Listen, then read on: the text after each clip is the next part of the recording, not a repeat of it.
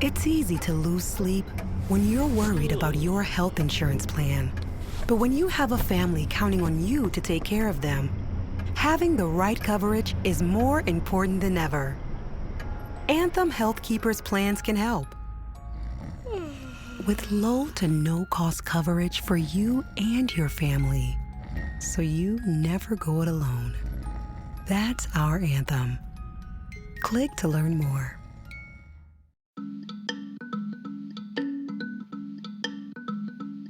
That's the evidence that led the panel to say this is like a turtle on a fence post. It just doesn't happen. Someone puts it up there. It's not a coincidence. Do you have evidence of that they were relying extensively on race? Yes. Strategically, we can be moved and bounced around and curved out of our communities. This is the system that we're living in. We're still fighting for a right to vote. Hi, and welcome back to Amicus, Slate's podcast about the courts, the law, and the U.S. Supreme Court. I am not Dahlia Lithwick. I am Susan Matthews, Slate's executive editor. We may have met before because I hosted Slow Burn's Season 7 on Roe v. Wade. I'm hopping into the Amicus host chair this week for just a quick second, purely for the purposes of introducing this week's show about a case with big implications for vote dilution and gerrymandering that could significantly impact districts around the country. This past Wednesday of the second week of the Supreme Court term, the court heard a consequential case about a South Carolina gerrymander. This case presents the court with another opportunity to reorder and undermine a voting rights regime that was supposed to guarantee Black voters have a meaningful chance to effectuate their political will in the voting booth. I'm going to let Dahlia take it from here. Oral arguments were heard for 2 hours in Alexander v. South Carolina State Conference of the NAACP.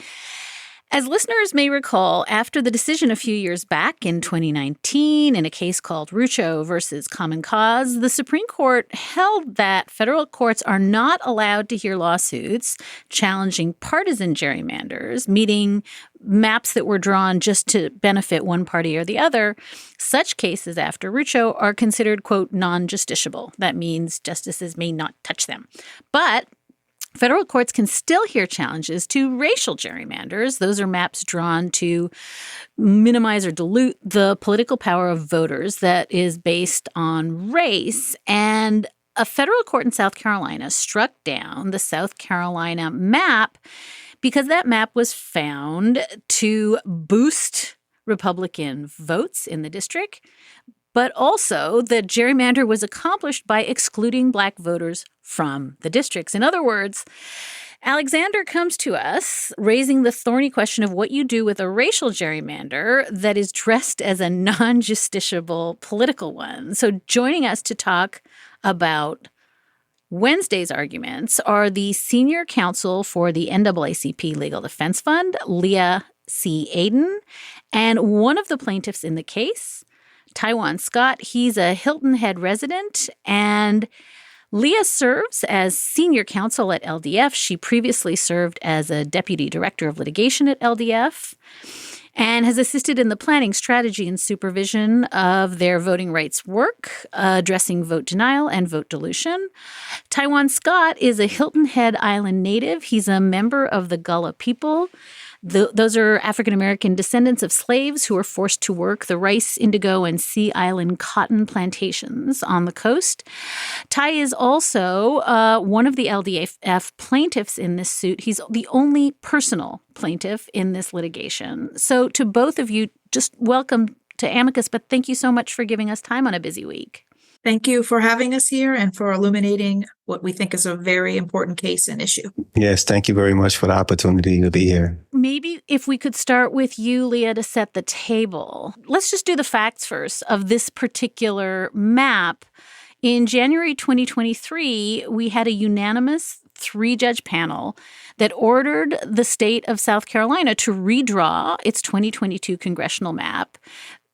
I hope I get this right. After an 8-day trial with copious testimony from 24 witnesses, including 6 expert witnesses, 652 pieces of evidence. And the court said, this looks like a racial gerrymander. And I guess I would love for you to just explain before we even start, what does that evidence look like? What did those experts and witnesses and pieces of evidence suggest that made it so clear to the three-judge court that this was, in fact, a racial gerrymander? Absolutely. There was a voluminous record. And the question in a racial gerrymandering case is whether or not there's a significant sorting of voters on the basis of race. It importantly doesn't get into why someone might have done it. It doesn't get into the electoral impact of the sorting. It's really just a question of, was race the predominant reason or not for why voters were assigned to particular districts? And the district court found very striking evidence that the mapmakers moved close to 200,000 people, even though after the 2020 census, there was about 80,000 too many people in CD1, which is anchored in Charleston, and there were about 85,000 too few people in CD6, which has been represented by Representative Clyburn, and is the only majority Black district in South Carolina. Instead of just trading voters in between those two districts, they moved close to 200,000 voters between them. And in so doing, they disproportionately moved 30,000 Black Charlestonians, which is a significant population. And they treated Charleston, which had been historically anchored in CD1, differently than they treated other counties, other areas of the state, where they basically kept things like they had them in the 2011 map. And the court looked at even the micro level of what precincts were moved around in this process. Was this just about Democrats being moved around because the state is saying this is all about partisanship? And the evidence really based upon just the statistics, just the data from either the census or the data from the state or the data from the elections reflected that, and as the justices picked up on Wednesday, that Black Democrats, Black voters were treated differently than white Democrats, white voters. And experts corroborated that. And they looked at the precinct size and said, were they moving precincts because they wanted to get out the most precincts with the most Democratic voters? Were they moving precincts because they were just targeting white Democrats and Black Democrats equally? They looked at all that. And the evidence pointed to no, Black voters were significantly moved out of CD1. They were disproportionately moved out of CD1. And race was a better predictor than the party affiliation based on one election data point that the state was using. And that's the evidence that led the panel to say, this is like a turtle on a fence post. It just doesn't happen. Someone puts it up there. It's not a coincidence. I wonder, Ty, if you could walk us through, I'm remembering almost exactly a year ago, we had a very similar conversation about what was then Merrill v. Milligan becomes Allen v. Milligan, the huge Section 2 of the Voting Rights Act case out of Alabama. And we talked to Evan Milligan about the stuff that we don't know, that you know, because this is where you live. And so I would just really love, Ty, if you could take a minute and just help us understand a little bit about the history of the area. I would love for you to tell us about Mitchellville, which is the first freedmen's town that was formed during the Civil War. There's an extraordinary amount of local history that you are missing if you are just treating this case as a case about a political gerrymander. Being a part of the Gullah Geechee corridor, cultural heritage corridor, is significant because here it is, Congress has dedicated this corridor to the Gullah Geechee people. Interestingly enough, we actually just passed the 17-year anniversary of that enactment. Being in Hilton Head, it's like the heart of the corridor. Like you mentioned, having Mitchellville and the significance of Mitchellville being the first freedmen's village where the enslaved people were actually trying to escape to get to Mitchellville because we were protected by the Union Army.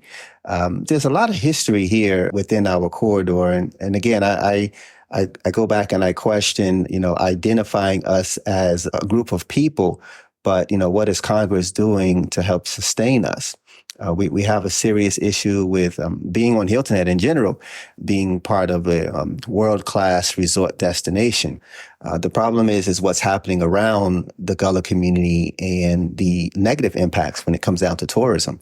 I can talk about Hilton Head, but it's happening throughout the corridor. Road impacts. Well, I don't even call them roads. I'm going to say highways through our historical communities. Airport expansions. We have these serious concerns that impact our community and our way of life. And it's kind of blatant and obvious when I look at, what's happening to us to the point where it's systemic, where you have all this development around you and you're not able to partake in it. And you have other people that are taking advantage of it. And having a representative who knows and understands what's happening to us is important. I mean, we have to have that. And so far, historically, we haven't had that type of representation to help address our ongoing concerns. The one connection to the racial gerrymandering that I was explaining that really tees up Ty's issue is that there's this Gullah community based in Hilton Head, but there are Gullah people throughout the corridor that he's explaining throughout and go into Charleston. So when the court was asking about the West Ashley, or when the panel decision is talking about North Charleston and the precincts in Deer Park, those are heavily and historically Black areas, also of Gullah people. They've been reassigned to a neighboring district where people in that district may be over 100 miles away. So Ty is harmed because he doesn't have the benefit of being in a district with other Gullah people who are in and around Charleston, who have similar issues to him in terms of wanting to advocate for land ownership, coastal issues, access to sustainable economy. There was testimony about the people who work on the ports in Charleston, but those people live and work in Charleston, but then they've been reassigned to another district where they have to compete for a representative who is dealing with issues as far as away as what's happening in Columbia and Richland County, which is where CD6 is anchored. So there are real implications for representation for Mr. Scott and the Gullah people because of the way that they have race-based and gerrymandered CD1. And Ty, I feel a little bit like I just heard you say, and I think I want to pull on this a bit, that when you designate something a sort of historical entity, you say, like, we want to create a museum for the Gullah people. We want to create Mitchellville as a historic artifact of this really important thing. And in the same breath, you say, we're going to take away your power to control every single aspect of your life. I mean, there feels like there's this added injury here of being told on the one hand, we cherish and relish, your history, your legacy, this land, and also, sorry, we're going to pack you into some other district. Is that fair? Is that what you're saying? Definitely. For me, it's a sign of disrespect. I mean, you say one thing, but then you do something else. I mean, we have to have a voice, and, taking that away from us, we have the same concerns throughout the corridor. Here it is where we're still dealing with the same issues that my great-grandparents dealt with, having a right to vote and being heard. I mean, we need to be here to be able to tell our story. Leah, I wonder if we could hear the voice of Chief Justice John Roberts on the question that you started with, which is, how can you ever disentangle a racial gerrymander from a partisan political gerrymander? The one is not lawful, the other, I guess, is not justiciable. So here's John Roberts at oral argument on Wednesday. Have we ever had a case before where all it is circumstantial evidence? I'm not saying you can't get there, but it does seem that this would be breaking new ground in our voting rights jurisprudence. So Leah, I guess, can you just walk us through the ways in which the evidence that you used, you hinted at this, but the evidence that you used was A, not circumstantial, and B, if there could ever be evidence under his construction of the facts that is not circumstantial. Two things I'll say to preface this, which is this court was confronted with a very similar question just in 2017 in the Cooper case, which arose in North Carolina, where there also was a political defense, where there also is a hyper correlation between race and party. I mean, it's a state just above South Carolina that has its own unique history of race and partisanship, but they are closely tethered together as well. And that case, like ours, used a motley of data and evidence. And that's because this court has made clear that there is no one particular form of proof in an equal protection case. There may be one case where someone admits what they're doing. There may be one case where you just look at a map and it looks so egregious that you know something is happening there. There may be a case where someone proves that they could have drawn this alternative map that shows that they could have achieved their Republican goal and not gerrymandered and comply with traditional redistricting principles. What I try to suggest is that we are aware of the jurisprudence. We were aware of the Cooper decision, as was our trial court panel, and we identified a method to disentangle race and party, where they're very wound up together. How do you try to unwind them to determine which one is playing more of a factor than other?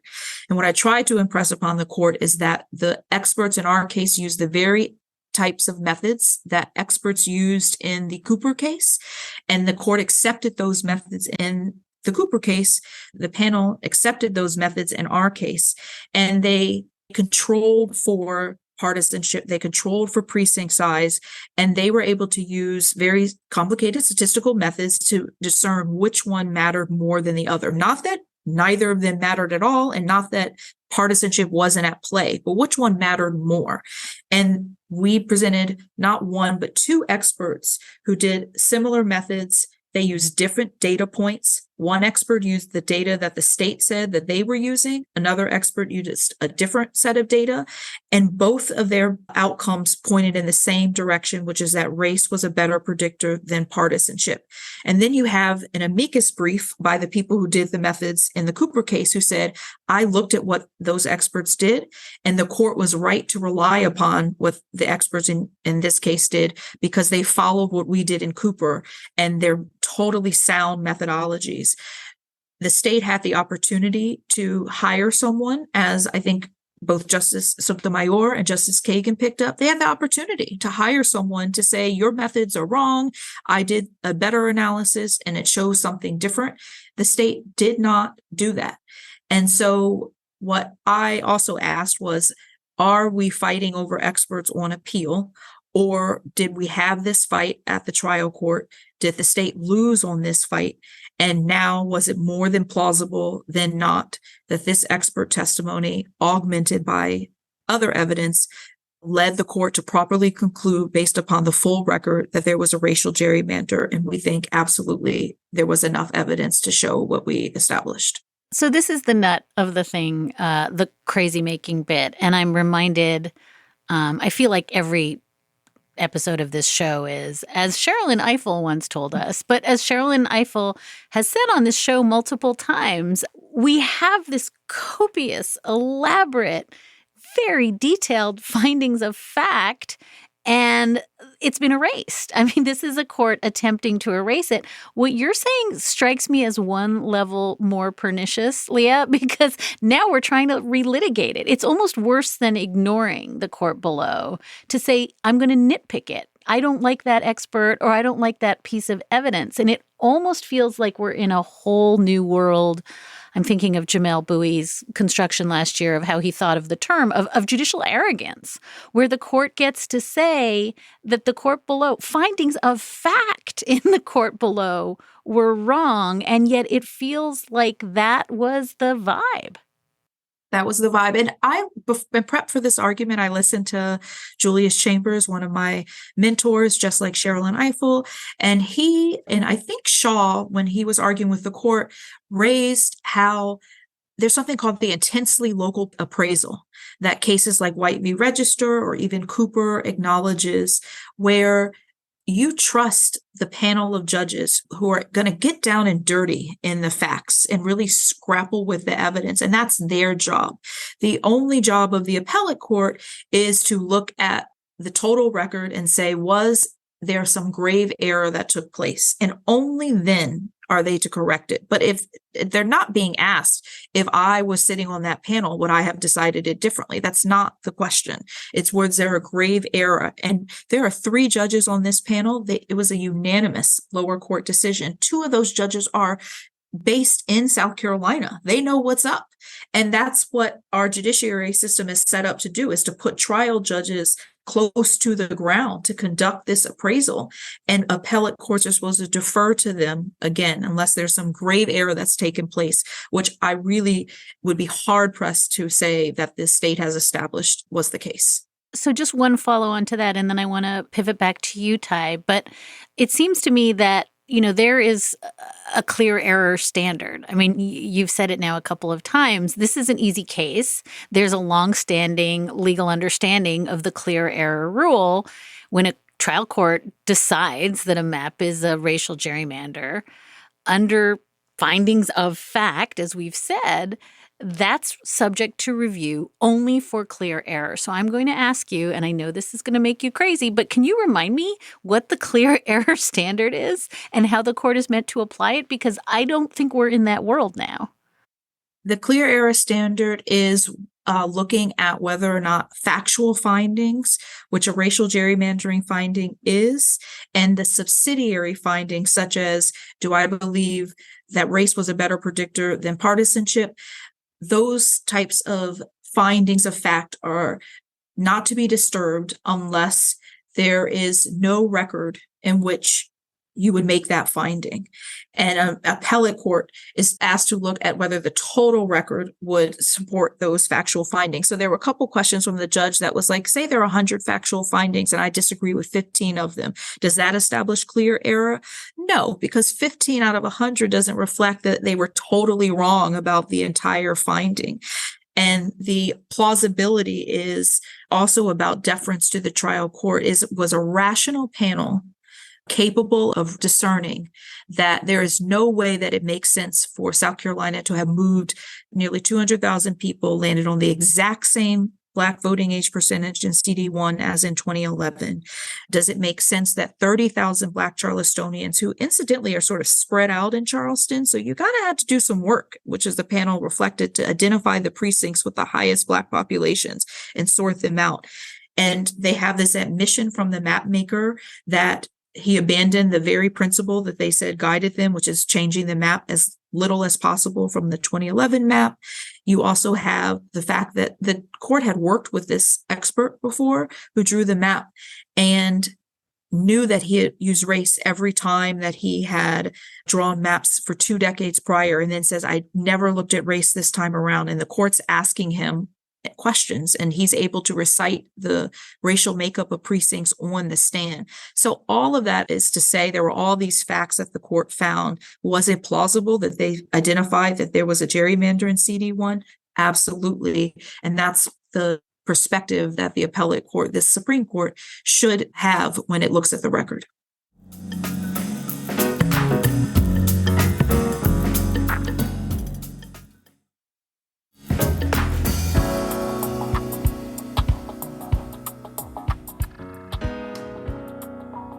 So Ty, I guess I'm curious, as you're listening to these arguments, how it feels for you. This is your home. This is your family's home. This is your heritage. This is deeply, deeply connected to facts on the ground that you know about and that the justices are kind of spitballing about. And I'm just wondering if you can tell us how it feels to have a court that suddenly sees itself as the expert on your neighborhood. Listen, I mean, I sat at the trial for 8 days in Charleston and just heard just the blatant disregard for my people and for my culture. It was as though we don't even exist. I mean, it's sad to see that that's the mentality and the attitude. It was just blatant. Like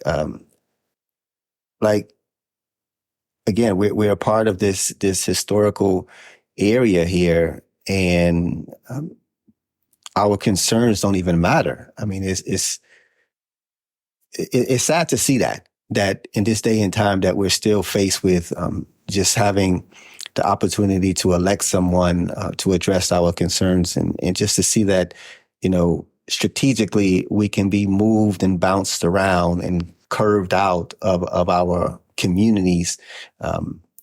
This is the system that we're living in. We're still fighting for a right to vote in 2023.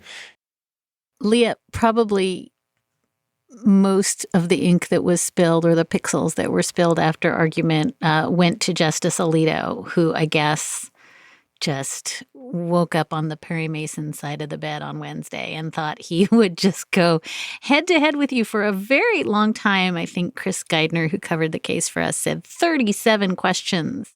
Do you have evidence of that they were relying extensively on race? Which one would you rather include? If you're a Republican legislature that wants to produce a Republican-leaning district. If I could just follow up, is it not true that – so that's a nice way of saying that he lied, right? And I want you to tell me which one. All right, that's one. Is that damning? Is what you just mentioned? They say he gave no plausible explanation for that. Isn't that a plausible explanation for all of those things? Is it a plausible reason? Did they say anything like that? Did he ever say that?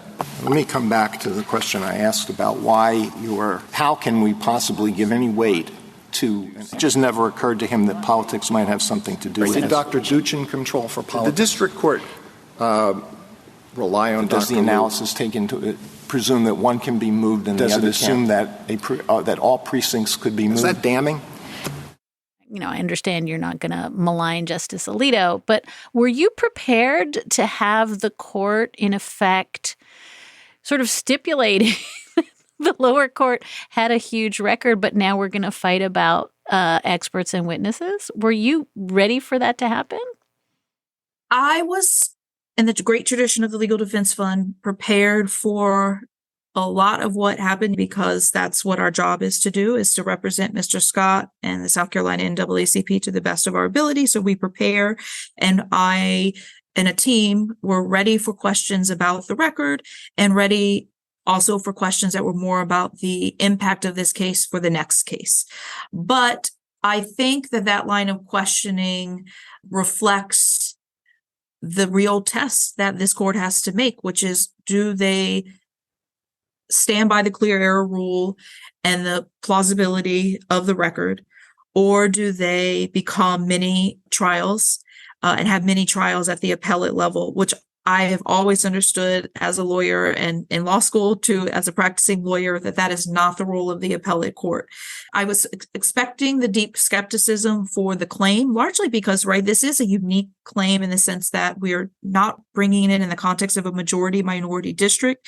This case isn't about trying to pack Black voters into majority minority districts at numbers where they're not needed and it's wasting their power. This is a case about Black people like Ty and his neighbors having power and then them being classified on the basis of race and being cracked in order to diminish their power. So I was expecting, like, this is a different case. We've never ruled in this context. Those types of questions. But the barrage of where was this in the record and did this expert say this and look at this, I tried to make clear that these were all fights that we had at the lower court level and not fights that I was expecting or would expect the Supreme Court would want to spend their time engaging in. There's a nice moment when I think Justice Ketanji Brown Jackson essentially made that point. I didn't know that we were to evaluate whether we agreed or disagreed with each of their findings, whether we would have found, had a different takeaway. Do I not understand what the clear error standard is? But it certainly felt like she was naming the thing that was hard for you to name, which is if we're going to become another trial court, I would probably prepare quite differently for oral argument, right? I bring my experts there and say, would you like to talk to them? I'd love for you to listen to them because they're completely sound, they're trustworthy. If that was what I expected, I would have loved to have had the actual experts there to defend their analyses.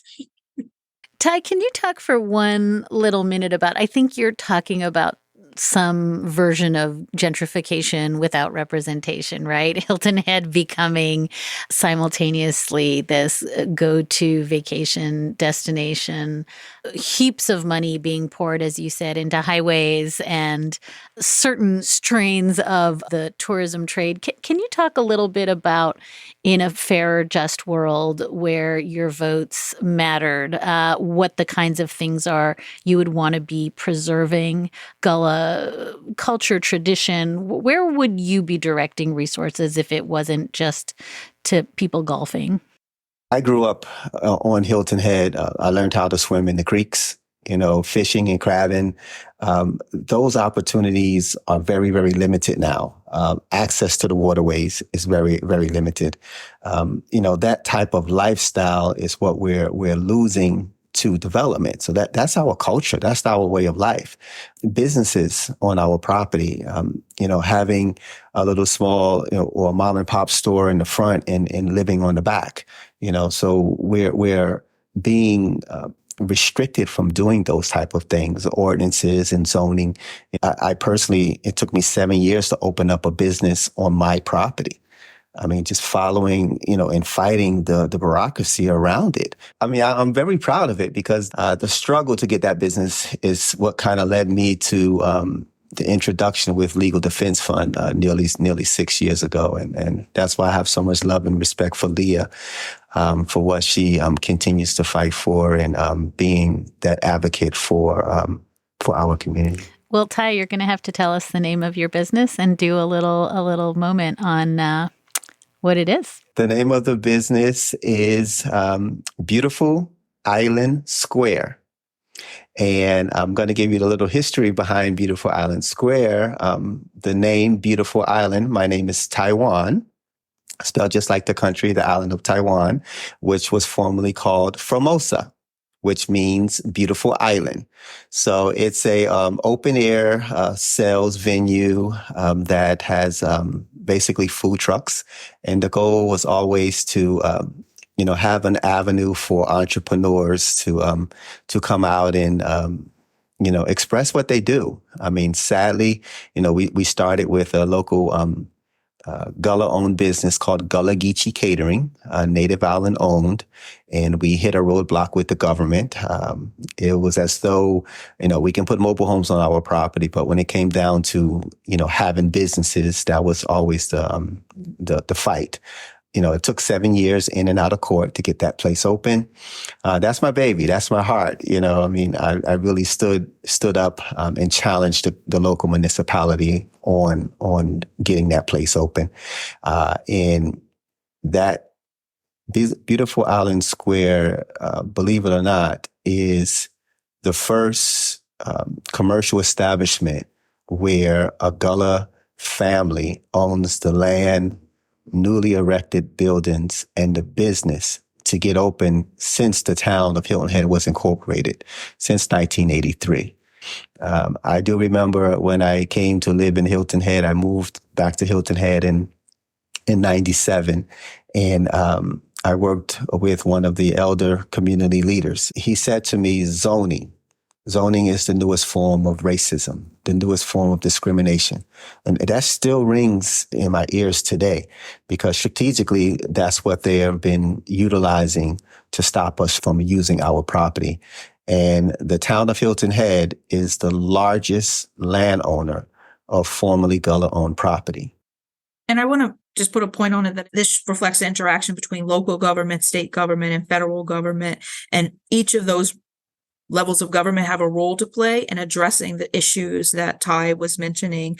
I mean, there is this, in some ways, insult that Representative Clyburn is supposed to address in his position, the issues that Ty flagged, but also the issues of rural poverty in the central part of the Black Belt part of the state. So he's supposed to do it all for all the Black people. And Ty has said, well, I live in Hilton Head and I have things in common with people who live along the corridor all the way up, not necessarily things in common with people in the rural part of the state. Keep me in the same district so that I can bring my voice together with other people who have issues similar to mine and advocate for someone to be responsive to it. And that's what's been harmed by the race-based sorting.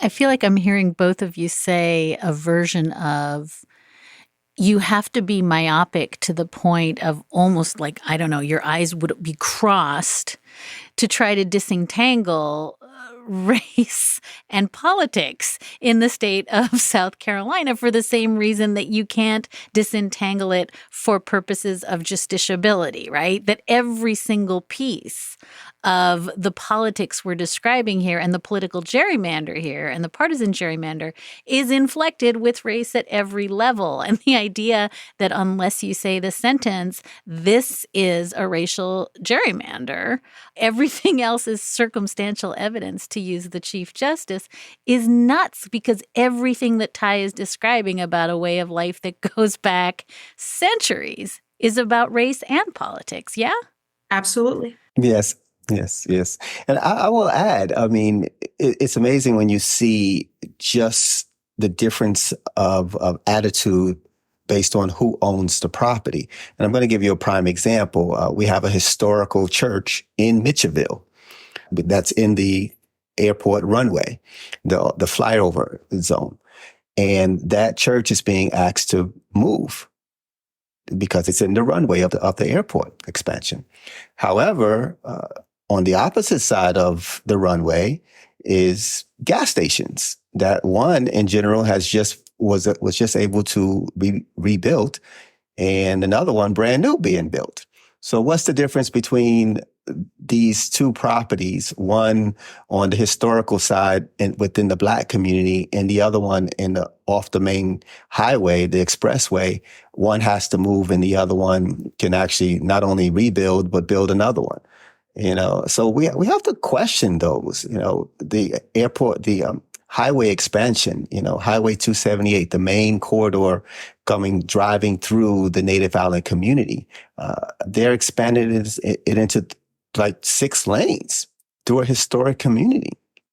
I mean, so you have these obvious impacts to our community that no one's talking about. It's like, okay, well, just do it. It doesn't matter as long as it's not, just get the tourists in and out as quick as possible. But you have freeways, highways going through our communities. It's very blatant when you see the Native communities, especially where I live. And again, I know it's happening in Charleston. I've been in Charleston. It's happening throughout the corridor where, when you drive through one area and you can see landscape medians, so this is where the government puts their money at. But when you get into our communities, it's like, it's highways. Get them in and get them out as fast as possible. Don't even have them slow down to see what's happening around them. And what you're saying, Ty, and I think it goes back to where we started, because you're saying, who's talking about this, who's advocating for this, and how can you be talking about it if, I think the trial court below used the word, bleached, like they've bleached your voices out of the conversation. So who's talking about it? There's no one there to talk about race, and yet we're saying this is not a racial gerrymander. I guess, Leah, I want to end by asking you maybe a question that you're going to tell me you can't answer, but I'm just so aware of Allen versus Milligan as sort of standing for the principle that this court, despite the members of the court and what they have said and thought about racialized voting before, but they take seriously the idea that we're not quite over race-based vote suppression. And the court got a lot of credit this summer, both for the decision in Allen and for Justice Kavanaugh's,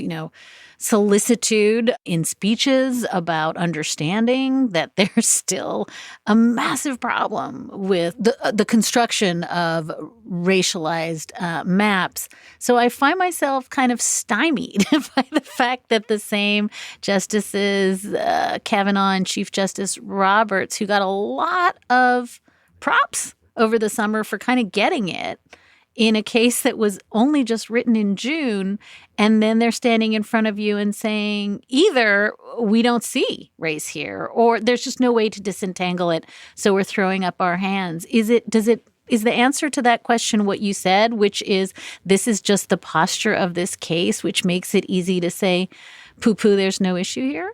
Our position is even if we couldn't disentangle it, that doesn't end the case. There may be other ways to prove racial predominance without disentangling. I think it would send a serious message to other states that they can, in the absence of another protection like the Voting Rights Act, disperse and disregard Black people and get away with it under the guise of partisanship. And that would be really destructive to this theory that they advanced in their affirmative action case last term, which is that we're supposed to not use race in illegitimate ways, even if we might have a lofty goal. So from if their view, it's lofty to have a political goal, they have said time and time again, using race and race excessively here is illegitimate. It would be hypocritical. It would send a message to states that they can disregard the constitutional rights of Black people. And I think it would also fly in the face of the way that we litigate cases, which is to allow trial courts to make factual findings and to leave it to appellate courts to correct those findings only in the gravest of circumstances, and for the appellate courts to step in only when there's been some legal error made. None of that was the case here. This is South Carolina. There was a brief by 30 historians that talked about the ways that politics has always mattered in redistricting in South Carolina, and Black people have always been the pawns in the political price in South Carolina. And if they don't acknowledge that here, we're in a really terrible place, but we will keep fighting because Ty matters, the community that he lives in matters, and we just will not give up. Yeah, I mean, I think what you're both saying is that we are in a very weird position where the Supreme Court is telling us if race matters, you have to keep proving to us why and how it matters. And we're going to say to you, where are your maps? Even though you didn't need, right? I mean, like you said, now I have to call my experts to come to the Supreme Court and testify as though this is, the first bite of the apple. It should never be the case that as racism morphs, we have to prove it one particular way. I mean, racial injustice comes in many forms. That's why we're allowed to prove racial predominance in many different ways. And that's why this court has said, I'm not going to tell you that it has to be a map or it has to be shape or it has to be statistics, because it reflects that racism shows up in a lot of different ways. And we need to allow people to be able to prove it how it shows up.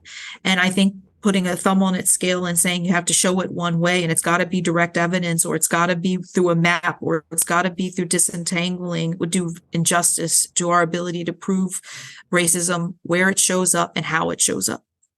Right. Unless it's, a marching band carrying a banner that says we're racists, you're going to lose. I want Ty to give us a last thought on, you've just said in a couple of different ways, and I think it's so important, we need to have a voice in this. And, we had a voice and the trial court heard us. And it seems as though that was erased a little bit this week. And so I would just love for you to just tell our listeners why this isn't just about District 1 in South Carolina, and it's not just about, local government. This is about, as you said from the very beginning of this conversation, hundreds of years of saying, you don't matter, you're pawns, we're moving you around for our political purposes. I would love to hear your voice. I think if the Supreme Court does not agree with the lower court, it's going to send a message, a strong message, again, that it's okay to suppress and continue to suppress people of color, to show that it doesn't matter what you say, it doesn't matter who you are. What matters is you're Black and you don't matter. I mean, that's the message that I feel it will show that because you're Black, your voice doesn't matter. Your needs doesn't matter. Your sustainability doesn't matter. Your culture doesn't matter. I think it's sending a strong message that we've come a long way just to take a step back or centuries back. But I really hope that isn't the case. I would feel better knowing that my opportunity to elect someone who understands my concerns, my community concerns, will be afforded to me. Because, we do matter. I think this case is very significant. It has largely flown under the radar, but I think it's very significant in a post-Shelby world, in a world where there are fewer and fewer protections for voting rights and for Black voting rights, and in a post-Rucho world where using partisanship, which has been part of our democracy since our democracy has existed, as a means or as a way to achieve racial discrimination is not new and should not be given a green light by this court. And I think if legislatures are given that signal, you will see this happening not just in South Carolina, but you'll see it happening in Arkansas. You'll see it happening in Wisconsin. You'll see it happening all over the places where there are significant communities of Black voters and where our environment is very polarized. And I think that we're only going to see the ramifications of that when it comes to real issues that impact our lives. And so I would not ignore the significance of what the court does here. Leah C. Aden is senior counsel for the NAACP Legal Defense Fund. She argued the case this week at the court. And Taiwan Scott is a Hilton Head resident, a member of the Gullah Geechee community, and he is the personal plaintiff in this litigation. I cannot thank you both enough on a very, very busy week for giving us so much of your time. Thank you for having us. Thank you. Really appreciate the opportunity.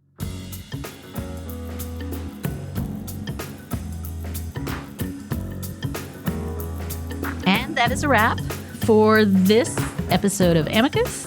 Thank you so much for listening in, and thank you so much for your letters and your questions. You can always keep in touch at amicus@slate.com, or you can find us at facebook.com/Amicus Podcast. Today's show was produced by Sarah Birmingham. Alicia Montgomery is Vice President of Audio at Slate, and Ben Richmond is our Senior Director of Operations. We'll be back soon with another episode of Amicus. Until then, take good care.